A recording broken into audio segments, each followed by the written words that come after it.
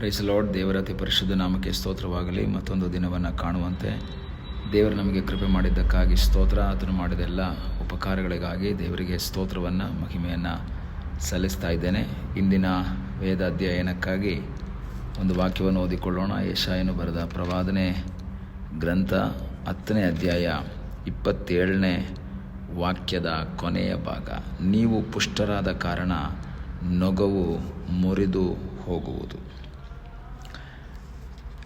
ಇಸ್ರಾಯೇಲ್ ಮಕ್ಕಳ ಜೀವಿತದಲ್ಲಿ ಶತ್ರುಗಳಿಂದ ಅನೇಕ ರೀತಿಯ ಸಮಸ್ಯೆಗಳು ಅವರು ಅನುಭವಿಸಬೇಕಾಗಿ ಬಂತು. ಅಶ್ಶೂರ್ಯರಾಗಿರ್ಬೋದು, ಐಗುಪ್ತ್ಯರಾಗಿರ್ಬೋದು, ಇತರೆ ಸುತ್ತಮುತ್ತಲಿನ ಜನಾಂಗದವರು ಇಸ್ರಾಯೇಲರಿಗೆ ವಿರುದ್ಧವಾಗಿ ಜೀವಿಸುವುದನ್ನು ನಾವು ನೋಡ್ಬೋದು. ಆಗ 24ನೇ ವಾಕ್ಯದಲ್ಲಿ ಓದ್ತೀವಿ, ಸೇನಾಧೀಶನಾದ ಯೆಹೋವನೆಂಬ ಕರ್ತನು ಹೀಗೆ ಹೇಳುತ್ತಾನೆ, ಚೀಯೋನಲ್ಲಿ ವಾಸಿಸುವ ನನ್ನ ಜನರೇ, ಐಗುಪ್ತ್ಯರು ನಿಮಗೆ ಮಾಡಿದಂತೆ ನಿಮ್ಮ ಕೋಲಿನಿಂದ ಒಡೆದು ನಿಮಗೆ ವಿರುದ್ಧವಾಗಿ ದೊಣ್ಣೆಯನ್ನೆತ್ತುವ ಅಶ್ಶೂರ್ಯರಿಗೆ ಭಯಪಡಬೇಡಿರಿ. ಐಗುಪ್ತ್ಯರು, ಅಶ್ಶೂರ್ಯರು ಎಲ್ಲರೂ ಒಂದು ರೀತಿಯಲ್ಲಿ ಅವರಿಗೆ ಸಮಸ್ಯೆಯಾಗಿ ನಿಂತಿದ್ದಾರೆ. ಒಂದು ರೀತಿಯಲ್ಲಿ ಎತ್ತಿನ ಮೇಲೆ ನೊಗವು ಇಟ್ಟ ಹಾಗೆ, ಹೊರೆಯನ್ನು ಕೊಟ್ಟ ಹಾಗೆ ಸಮಸ್ಯೆಯನ್ನು ಅನುಭವಿಸ್ತಾರೆ. 27ನೇ ವಾಕ್ಯ ಹೇಳುತ್ತೆ, ಆ ದಿನದಲ್ಲಿ ಅವರು ಹೊರಿಸಿದ ಹೊರೆಯು ನಿಮ್ಮ ಬೆನ್ನಿನಿಂದಲೂ ಹೂಡಿದ ನೊಗವು ಕತ್ತಿನಿಂದಲೂ ತೊಲಗು. ಹಾಗಾದರೆ ಅಲ್ಲಿ ಶತ್ರುಗಳು ಏನು ಮಾಡಿದ್ದಾರೆ? ಅವ್ರ ಮೇಲೆ ಹೊರೆಯನ್ನು ಹೊರಿಸಿದ್ದಾರೆ. ಅವರ ಬೆನ್ನಿನ ಮೇಲೆ ಅಥವಾ ಕುತ್ತಿಗೆ ಮೇಲೆ ನೊಗವನ್ನು ಇಟ್ಟಿದ್ದಾರೆ. ಏನು ಮಾಡಬೇಕು ಅಂತ ಗೊತ್ತಿಲ್ಲ. ಹೊರೆಯನ್ನು ಹೊರಿಸಿ, ಐಗುಪ್ತದಲ್ಲಿರುವಂತಹ ಅನುಭವ ನಮಗೆ ಗೊತ್ತು, ಗುಲಾಮತನದ ಅನುಭವ. ಭಾಳ ಕಷ್ಟ ಕೊಡ್ತಾ ಇದ್ದಾರೆ. ಕಷ್ಟದ ಮಧ್ಯದಲ್ಲಿ ದೇವರು ಅವರ ಜೀವಿತದಲ್ಲಿ ಅದ್ಭುತವನ್ನು ಮಾಡಿ ಅವರನ್ನು ಬಿಡಿಸಿಕೊಂಡು ಬಂದಂತಹ ಅನುಭವ ಸತ್ಯವೇದದಲ್ಲಿ ನಾವು ಓದ್ತೀವಿ. ಹೀಗೆ ಅನೇಕ ರೀತಿಯ ಸಮಸ್ಯೆಗಳು ಪುನಃ ಐಗುಪ್ತದವರಾಗಿರ್ಬೋದು, ಅಶ್ಶೂರ್ಯದವರು ಕೊಡ್ತಾ ಇದ್ದಾರೆ, ಅವರಿಗೆ ಹೊರಿಸ್ತಾ ಇದ್ದಾರೆ. ಆದರೆ ದೇವರು ಇಸ್ರಾಯೇಲ್ ಮಕ್ಕಳಿಗೆ ಒಂದು ಪ್ರಾಮಿಸನ್ನು ಕೊಡ್ತಾ ಇದ್ದಾರೆ. ಇಲ್ಲ, ಅವರು ಹೊರಿಸಿದಂತಹ ನೊಗ ಅದು ಮುರಿದು ಹೋಗುತ್ತೆ, ನಿಮ್ಮ ಕತ್ತಿನಿಂದ ಅದು ತೊಲಗುತ್ತೆ, ನಿಮ್ಮ ಬೆನ್ನಿನಿಂದ ಅದು ಬಿದ್ದೋಗುತ್ತೆ. ಹೇಗೆ, ಯಾವ ರೀತಿ ಅದು ಹೋಗುತ್ತೆ? ಸುಮ್ಮನೆ ಹೋಗೋದಿಲ್ಲ. ನೀವು ಪುಷ್ಟರಾದ ಕಾರಣ ನೊಗವು ಮುರಿದು ಹೋಗುವುದು. ಪುಷ್ಟರು ಅಂತ ಕನ್ನಡದಲ್ಲಿ ಕೊಟ್ಟಿದ್ದಾರೆ, ಅಲ್ಲಿ 1 ಅಂತ ನಂಬರ್ ಕೊಟ್ಟಿದ್ದಾರೆ. ಕೆಳಗೆ ಫುಟ್ನೋಟಲ್ಲಿ ನೋಡ್ತೇವೆ, ನೀವು ಅಭಿಷಿಕ್ತರಾದ ಕಾರಣ. ಅದರ ಅರ್ಥ ಏನು?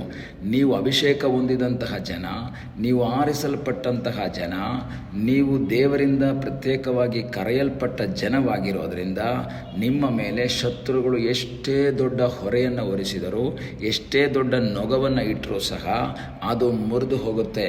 ಅದು ಕಾರಣ ನಿಮ್ಮ ಶಕ್ತಿಯಿಂದಲ್ಲ, ನಿಮ್ಮ ಬಲದಿಂದಲ್ಲ, ನಿಮ್ಮನ್ನು ಕರೆದಾತನ ಶಕ್ತಿಯಿಂದ, ಕರೆದಾತನ ಅಭಿಷೇಕದ ನಿಮಿತ್ತವಾಗಿ ನಿಮ್ಮ ಮೇಲಿಟ್ಟಿರುವಂತಹ ನೊಗಗಳು ಮುರಿದು ಹೋಗುತ್ತೆ. ಈ ಬೆಳಗ್ಗೆ ನನ್ನನ್ನು ಕೇಳುವ ಪ್ರಿಯ ದೇವರ ಮಕ್ಕಳೇ, ನಾವು ದೇವರಿಂದ ಆರಿಸಲ್ಪಟ್ಟವರಾಗಿ, ದೇವರಿಂದ ಕರೆಯಲ್ಪಟ್ಟವರಾಗಿ, ದೇವರ ವಾಕ್ಯದ ಪ್ರಕಾರ ನಾವು ಜೀವಿಸುತ್ತಾ ಮುಂದೆ ಸಾಗುವಾಗ ಶತ್ರುವಾದ ಸೈತಾನನು ನಮ್ಮ ಮೇಲೆಯೂ ಅನೇಕ ರೀತಿಯ ಹೊರೆಗಳನ್ನು ಹೊರಿಸಿ ನೊಗವನ್ನು ನಮ್ಮ ಮೇಲೆ ಇಟ್ಟು, ದಾಸತ್ವದ ನೊಗಗಳು, ಕಷ್ಟದ ನೊಗಗಳು, ವೇದನೆ ನೊಗಗಳು, ರೋಗದ ನೊಗಗಳು ನಮ್ಮ ಜೀವಿತದಲ್ಲಿಡುವಾಗಲೂ ಸಹ ನಿರಾಶೆ ಪಡುವ ಅವಶ್ಯಕತೆ ಇಲ್ಲ. ಯಾಕೆಂದರೆ ನಾವು ದೇವರಿಂದ ಆರಿಸಲ್ಪಟ್ಟವರು.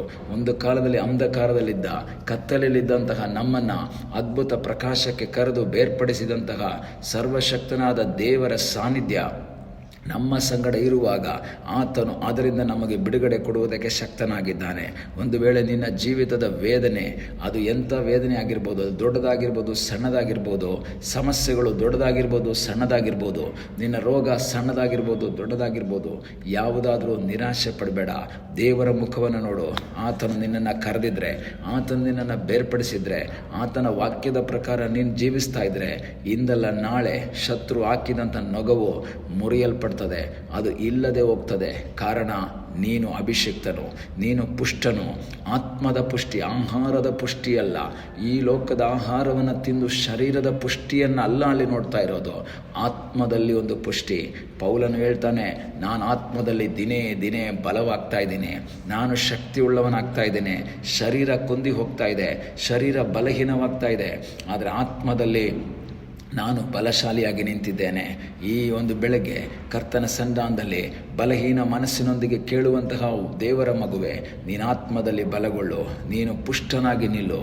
ನೀನು ಆ ಅಭಿಷೇಕದ ಬಲದೊಂದಿಗೆ ನೀನು ಮುಂದೆ ಸಾಗುವುದಾದರೆ ಶತ್ರು ಎಷ್ಟೇ ದೊಡ್ಡ ಹೊರೆ ಹೊರಿಸಿದ್ರೂ ಸಹ ನಿರಾಶೆ ಪಡಬೇಡ. ಅದನ್ನು ಕೆಡವುವುದಕ್ಕೆ, ಅದನ್ನು ಇಲ್ಲದೆ ಮಾಡುವುದಕ್ಕೆ ಶಕ್ತನಾದ ಒಬ್ಬ ದೇವರು ಜೀವಿಸ್ತಾ ಇದ್ದಾನೆ. ಆ ದೇವರಲ್ಲಿ ಆಶ್ರಯಿಸಿ ಆ ದೇವರ ಮುಖವನ್ನು ನೋಡುತ್ತಾ ಮುಂದೆ ಹೋಗಬೇಕು. ಯೆಶಾಯನ ಮೂಲಕ ದೇವರು ಹೇಳ್ತಾ ಇದ್ದಾರೆ, ಆ ದಿನದಲ್ಲಿ, ಯಾವಾಗ ದೇವರು ಇಳಿದು ಬರುವಂಥ ದಿನದಲ್ಲಿ ಅವರು ಹೊರಿಸಿದ ಹೊರೆಯು ನಿಮ್ಮ ಬೆನ್ನಿನಿಂದ ತೊಲಗಿ ಹೋಗುತ್ತೆ. ಅವರು ಇಟ್ಟಂತಹ ನೊಗ ನಿಮ್ಮ ಕತ್ತಿನಿಂದ ತೊಲಗಿ ಹೋಗುತ್ತೆ. ಅದು ಕಾರಣ ಏನು? ನೀವು ಪುಷ್ಟರಾದ ಕಾರಣ, ನೀವು ಅಭಿಷಕ್ತರಾದ ಕಾರಣ. ಅದು ನಾವು the yoke shall be destroyed by anointing ಅಂತ ಇಂಗ್ಲೀಷಲ್ಲಿ ಓದ್ತೀವಿ. The yoke shall be destroyed. ಅದು ನಾಶವಾಗಿ ಹೋಗುತ್ತೆ, ಅದಿಲ್ಲದೆ ಹೋಗುತ್ತೆ. ದೇವರಲ್ಲಿ ನಂಬಿಕೆ ಇಟ್ಟು ಮುಂದೆ ಸಾಗೋಣ, ಕಣ್ಣುಗಳನ್ನ ಮುಚ್ಚೋಣ, ಪ್ರಾರ್ಥನೆ ಮಾಡೋಣ. ನಮ್ಮನ್ನು ಬಹಳವಾಗಿ ಪ್ರೀತಿ ಮಾಡುವ ಪರಲೋಕದ ತಂದೆಯೇ, ಈ ಬೆಳಗ್ಗೆ ವಾಕ್ಯವನ್ನು ಕೇಳುವಂಥ ನಿನ್ನ ಮಕ್ಕಳಿಗಾಗಿ ನಾವು ಪ್ರಾರ್ಥಿಸ್ತೇವೆ. ಅಪ್ಪ, ಶತ್ರುವಾದ ಸೈತಾನ್ನು ಹೊರಿಸಿದಂತಹ ಹೊರೆ, ಆ ನೊಗವು ಯೇಸುವಿನ ನಾಮದಲ್ಲಿ ಅದು ಮುರಿದು ಬೀಳಲಿ ಅಪ್ಪ. ಪೂರ್ಣವಾದ ಜಯವನ್ನು, ಪೂರ್ಣವಾದ ಒಂದು ಆಶೀರ್ವಾದವನ್ನು ನಿನ್ನ ಮಕ್ಕಳಿಗೆ ಕೊಡು. ಅದು ರೋಗದ ನೊಗವಾಗಿರ್ಬೋದು, ಕಷ್ಟದ ನೊಗವಾಗಿರ್ಬೋದು, ಸಮಸ್ಯೆ ನೊಗವಾಗಿರ್ಬೋದು, ಎಲ್ಲವೂ ಯೇಸುವಿನ ನಾಮದಲ್ಲಿ ಲಯವಾಗಲಿ ಎಂಬುದಾಗಿ ನಾವು ಪ್ರಾರ್ಥಿಸ್ತೇವೆ. ಕರ್ತನೆ, ನೊಗವು ಮುರಿದು ಹೋಗಿ ನಿನ್ನ ಮಕ್ಕಳು ಸ್ವತಂತ್ರರಾಗಿ ಕಾಣುವ ಹಾಗೆ ನೀನು ಸಹಾಯ ಮಾಡು. ಪ್ರಾರ್ಥನೆಯನ್ನು ಕೇಳಿದ್ದಕ್ಕಾಗಿ ನಿನಗೆ ಸ್ತೋತ್ರ. ಯೇಸುವಿನ ಮುದ್ದಾದ ಹೆಸರಿನಲ್ಲಿ ಬೇಡಿಕೊಳ್ಳುತ್ತೇವೆ ನಮ್ಮ ಪ್ರೀತಿಯ ತಂದೆಯೇ. ಆಮೇನ್. God bless you.